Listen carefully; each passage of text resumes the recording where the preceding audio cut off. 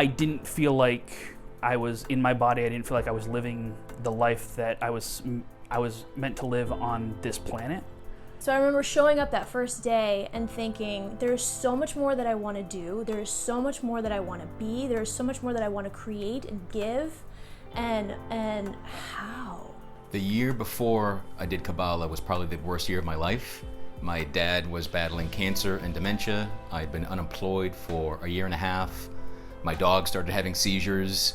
We put our house up on the market because I didn't want to wait till I was going to just totally lose it. The biggest thing is that negative voice, that self-hate is gone. And if it shows up, it's really minimal, and I know how to fight it. Before taking Kabbalah, I felt I was really afraid of femininity. I was afraid of feminine energy. I was afraid of being a woman. To be able to go in and to clear almost surgically and very specifically areas of my life that were out of balance, and to know exactly what to do in order to heal it, and to have these tools where I can be a master of my own soul. I used to have really struggled with self-worthiness, not feeling that I deserved love.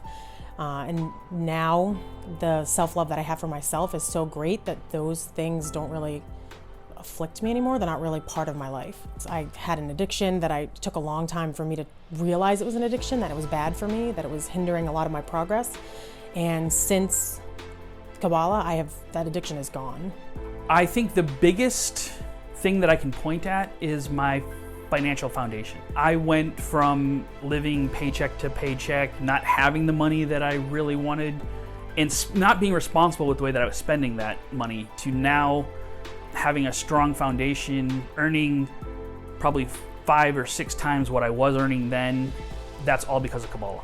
In the process of Kabbalah, I've found an immense strength in owning my feminine energy and realizing that being feminine, being a woman, does not mean that you are weak. Life has gone from feeling like a battle to feeling like a joyful, beautiful experience. Once I knew what I wanted and I was able to bring these energies together, there's nothing that I can't accomplish. The biggest surprise to me was like the majority of my vision board all manifested during Kabbalah.